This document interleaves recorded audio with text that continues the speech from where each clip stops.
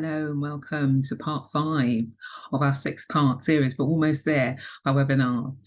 This is going to be a bit more of a shorter session for the next 2 parts, but by no means think that, okay, you've been shortchanged, because you're not, because you're expected to go away and actually implement the information that's given, as you are supposed to have done in the past 4 webinars.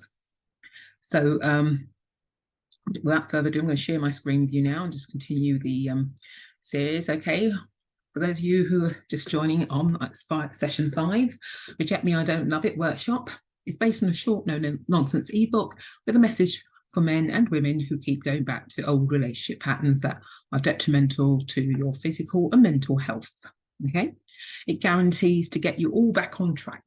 And in these last 2 sessions, I hope to tie everything together. Okay, so Reject Me, I Don't Love It, that's the book, and that's on the website for free.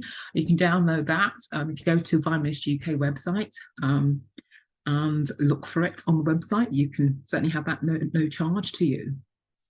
So I'm just going to recap basically what we went over last time. Reject Me, I Don't Love It. So the key points extracted were: manipulation is not the way to go. It is not only selfish and not for the benefit of the person being manipulated. It is in direct opposition to the will of God.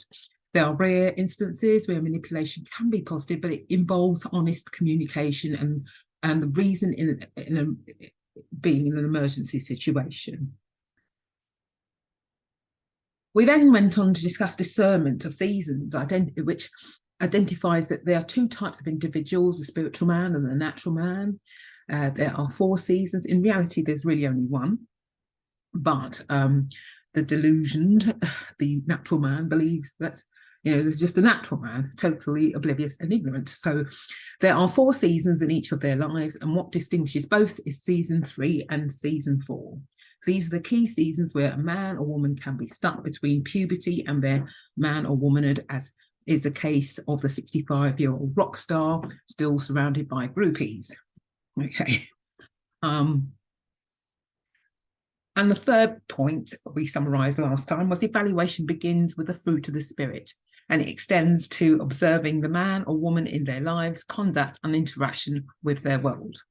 And you really need to go back to the previous sessions that we had if you missed them, and obviously go through the course in detail to get the full benefit.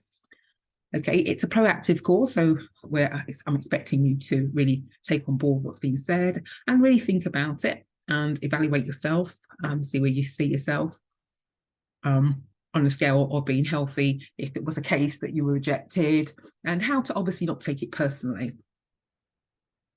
This week we tie everything together and said about rejection, why we must not take rejection personally, looking at the facts. Do you remember my scenario with the 350 job applications in the webinar? In the sense of, sorry, did I tell you about that? Oh, if I missed that, I'm going to tell you now. I did mention it before, perhaps on another webinar, but I'm going to, for the benefit of those who didn't hear that, I made about 350 job applications. This is when I left school. After I'd done my GCSEs, or the GCEs actually as they were, and CSEs at that time, and I was rejected after letter, and I had a lever arch file this thick, full of all those rejections. And upon reflection, and I'm really thinking about it, I think there was one thing that really I didn't adhere to, and that was the timing of the recruitment of those companies. But one company did eventually say yes to me. That's the thing. And the only thing about that was I'd already enrolled on my A-level course to do A-levels. And so I didn't take the job on. And it would have been a full-time job, so I wouldn't have been able to study effectively in terms of full-time education, which was needed for the A-levels to get them. So, so that was the case. And it was knowledge. It was a knowledge I didn't have about when they recruited, and therefore the best time to get them and approach them. And also investigating the company, generally speaking. Well, that would have been one of the things I would have found out if I'd investigated the company properly. Um, so what was it that I liked? It was knowledge, basically. Yeah. Angela, our Erin in the boomerang scenario, had several contingencies to come up against. And I keep mentioning this boomerang and Angela and Marcus because I'm assuming you've taken on board and literally downloaded the free book that I've given you, therefore to read what I was actually talking about. And if you've ever seen the movie Boomerang, then you'll know exactly what I was talking about.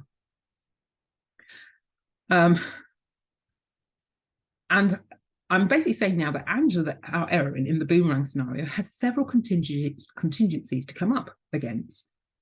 The object of her rejection was a man who was in a specific season who had not learned how to transition. She assisted him, but he had to come to terms with it himself. She was on a trajectory herself of getting to the next level in her career. She managed to make the shift. Okay, but obviously he had difficulties, which goes to show the different levels and the different types of people.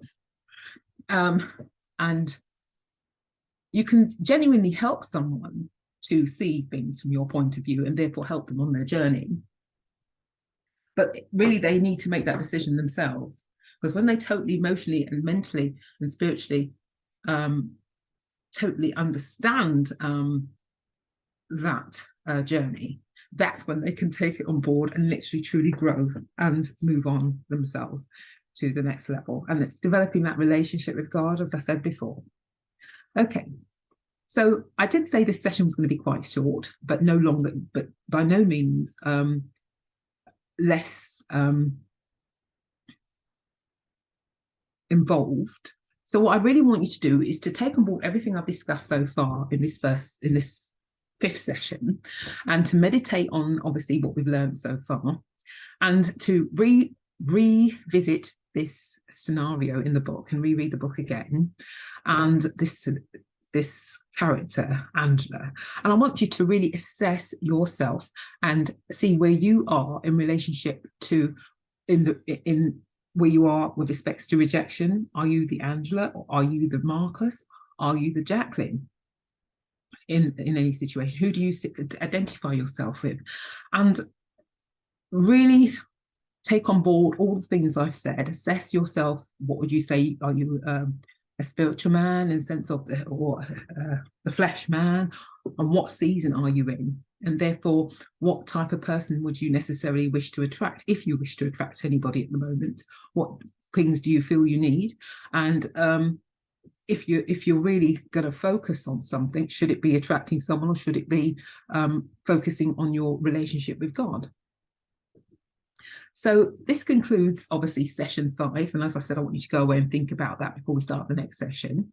And then the next session we'll just tie up everything and just end everything. Okay, so I look forward to seeing you on session 6.